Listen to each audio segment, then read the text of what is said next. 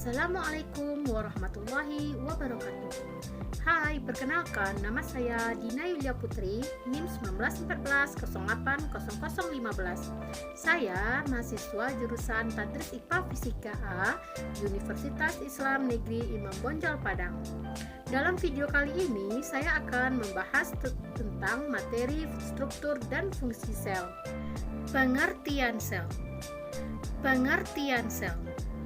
Sel berasal dari kata Latin cella, yang berarti ruangan kecil.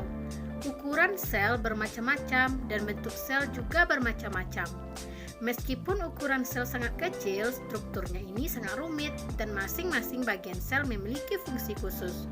Misalnya mitokondria yang terdapat di dalam sel berfungsi sebagai penghasil energi, sedangkan lisosom berfungsi sebagai pencerna. Gambar sel dapat dilihat pada gambar ya. Pembagian jenis-jenis sel.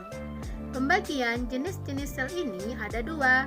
Yang pertama, sel prokariotik dan sel eukariotik. Sel prokariotik. Prokariotik atau prokariota umumnya memiliki satu molekul DNA dengan struktur lingkar yang berkonsentrasi pada nukleoid. Prokariota seringkali juga memiliki bahan genetik tambahan yang disebut plasmid, yang juga berstruktur DNA lingkar. Prokariota ini juga memiliki sejumlah protein struktural yang disebut sitoskeleton, yang pada mulanya dianggap hanya ada pada eukariota. Protein skeleton tersebut meregulasi pembelahan sel dan berperan menentukan bentuk sel. Yang kedua, eukariotik. Eukariotik tidak seperti prokariota. Sel eukariota memiliki nukleus. Diameter sel eukariota biasanya 10 sampai 100. Sitoplasma eukariota adalah daerah di antara nukleus dan membran sel. Selain nukleus, sejumlah organel lain dimiliki hampir semua sel eukariota, di antaranya yaitu mitokondria, retikulum endoplasma, badan Golgi, peroksisom, lisosom, baik sel tumbuhan maupun sejumlah eukariota uniseluler memiliki satu atau lebih vakuola, yaitu organel tempat menyimpan nutrien dan limbah serta tempat terjadinya sejumlah reaksi penguraian. Struktur dan fungsi organel sel. Inti sel atau nukleus berfungsi sebagai pengatur dan pengendali semua aktivitas sel. Mitokondria berfungsi sebagai pusat pembakaran atau pernapasan sel atau respirasi seluler. Lisosom berfungsi untuk menghancurkan bakteri dan organel sel yang rusak. Badan Golgi berfungsi untuk pengeluaran zat dan metabolisme sel.